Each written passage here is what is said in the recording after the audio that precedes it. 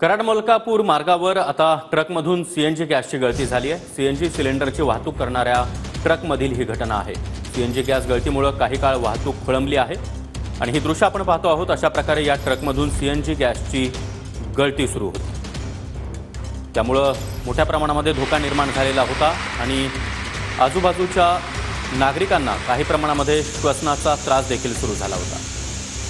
आणि या संदर्भात अधिक माहिती देण्यासाठी आमचे प्रतिनिधी दिनकर थोरात सध्या आपल्यासोबत आहेत। दिनकर, नेमका काय प्रकार घडला?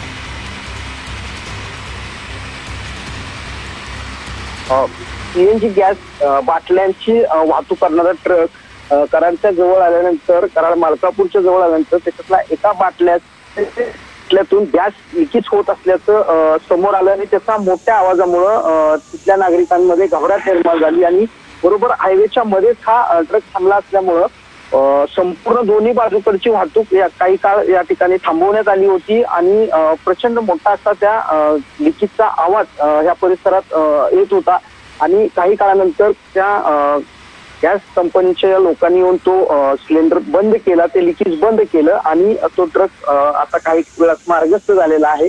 मात्र त्या निघणाऱ्या गॅसमुळे आजूबाजूच्या लोकांनाही काही वेळ त्रास झाला होता।